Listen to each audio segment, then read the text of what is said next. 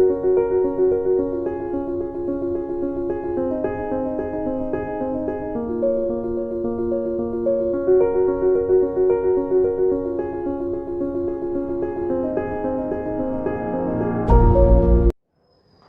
আলাইকুম প্রিয় শিক্ষার্থী বন্ধু, সবাইকে অনলাইন ক্লাসে স্বাগতম। আজকে আমরা ক্লাস 8 অর্থাৎ অষ্টম শ্রেণীর চতুর্থ সপ্তাহের অ্যাসাইনমেন্ট 4th উইক এর যেই গ্রামাটিক্যাল পয়েন্টটা রয়েছে, ব্যাকরণের যে অনুষদটা রয়েছে, অ্যাসার্টিভ সেন্টেন্সকে আমরা কিভাবে ইন্টারোগেটিভ সেন্টেন্সে রূপান্তর করব, সেই বিষয়টি নিয়ে আমরা আজকে আলোচনা করব। How to turn A assertive sentence into interrogative sentence. আমরা ইতিমধ্যে আমাদের অ্যাসাইনমেন্টের কোশ্চেন পেপারে দেখতে পেয়েছি যে আমাদের 10টা অ্যাসার্টিভ সেন্টেন্সকে ইন্টারোগেটিভ সেন্টেন্সে রূপান্তর করতে হবে। এখন যদি আমরা 10টা অ্যাসার্টিভ সেন্টেন্সকে ইন্টারোগেটিভে রূপান্তর করতে চাই, এক একটা নিয়ম এক একভাবে হতে পারে। সেক্ষেত্রে আমরা উদাহরণের মাধ্যমে, অর্থাৎ যেই 10টা সেন্টেন্সকে অ্যাসার্টিভ থেকে ইন্টারোগেটিভ করতে দেওয়া হয়েছে সেগুলো আমরা উদাহরণের মাধ্যমে বুঝতে চেষ্টা করব। তাহলে আমরা আমাদের আলোকপাতে চলে যাই।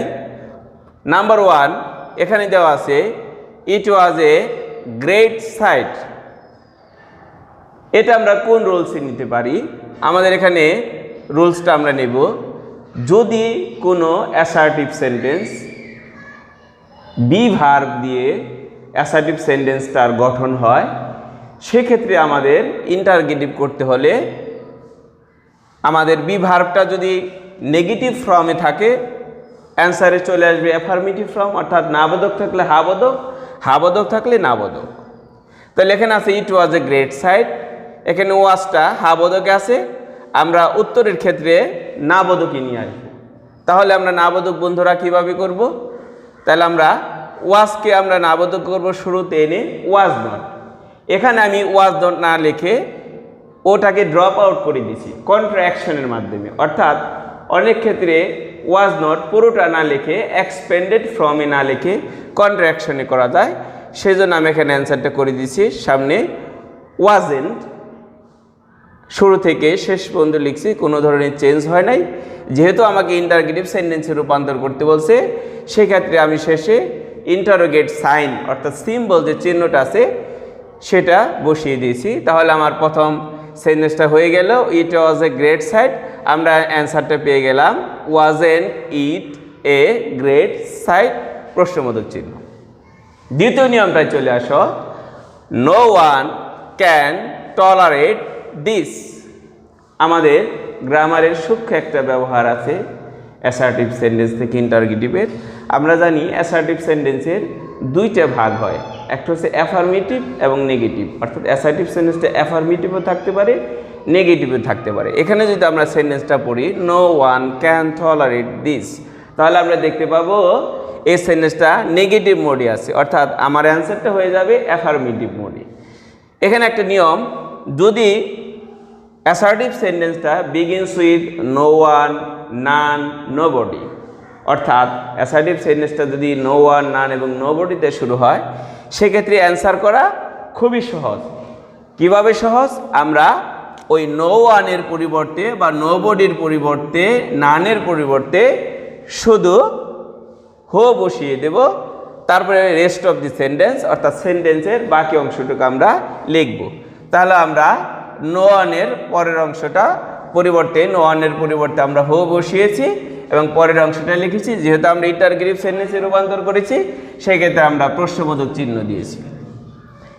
3 নাম্বারটা আমরা চলে আসি, সেম নিয়ম আমি একটু আগেই বলেছি, নো ওয়ান নোবডি থাকলে আমরা হো দিয়ে শুরু করব। তাহলে এখানে 3 নম্বর সেন্টেন্সটা নোবডি দিয়ে শুরু হয়েছে, নোবডি স্যালিউট সেটিং সান।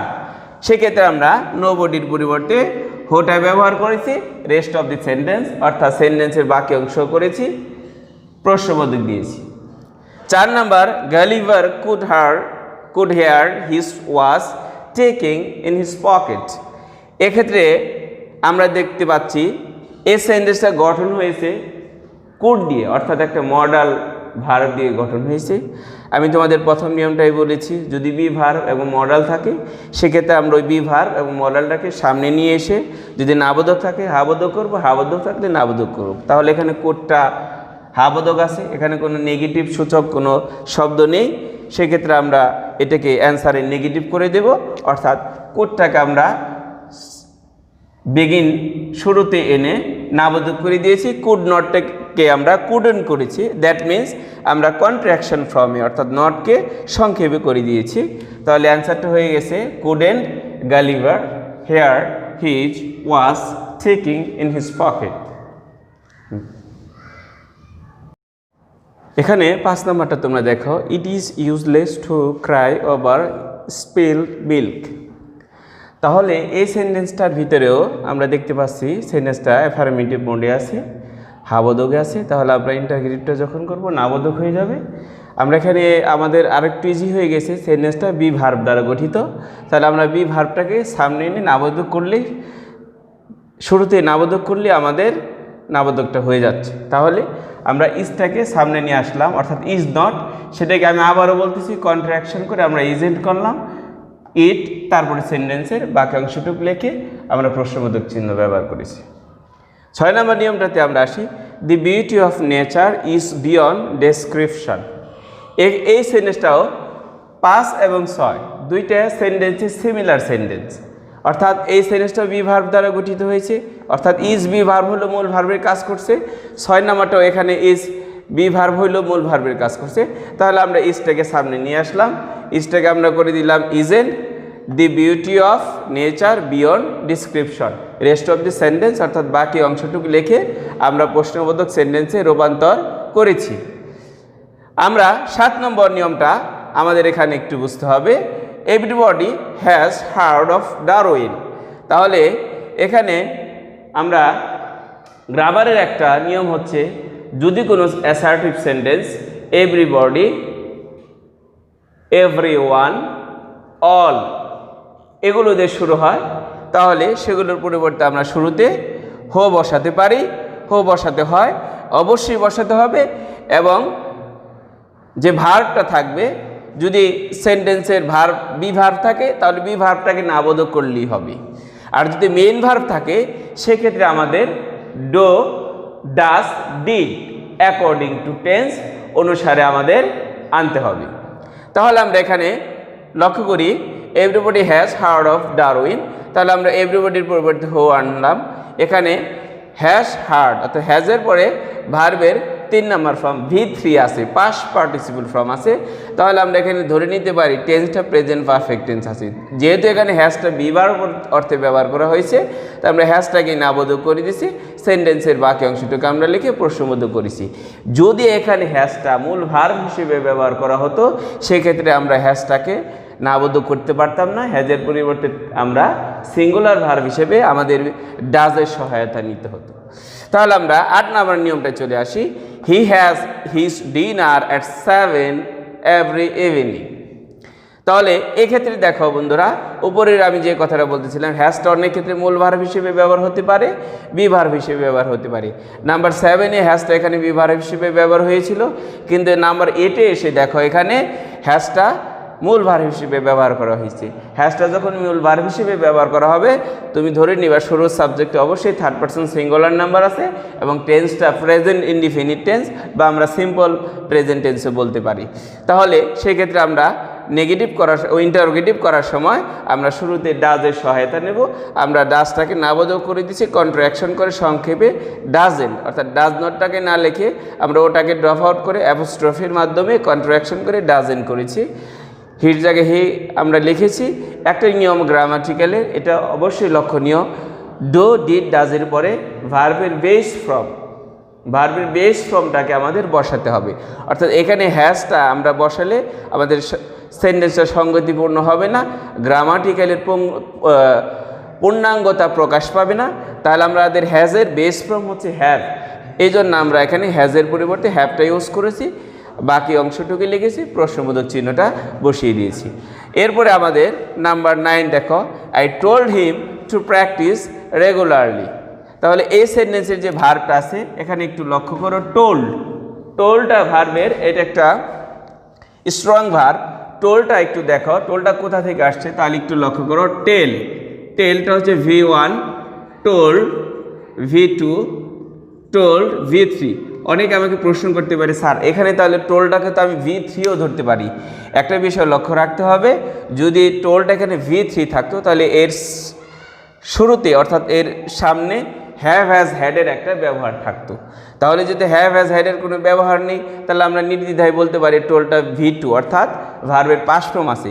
সাবজেক্টের পরে যখন ভার্বের পাস্ট ফর্ম থাকবে আমরা এটাকে সিম্পল পাস্ট টেন্স অর্থাৎ পাস্ট ইনডিফিনিট টেন্স ধরবো।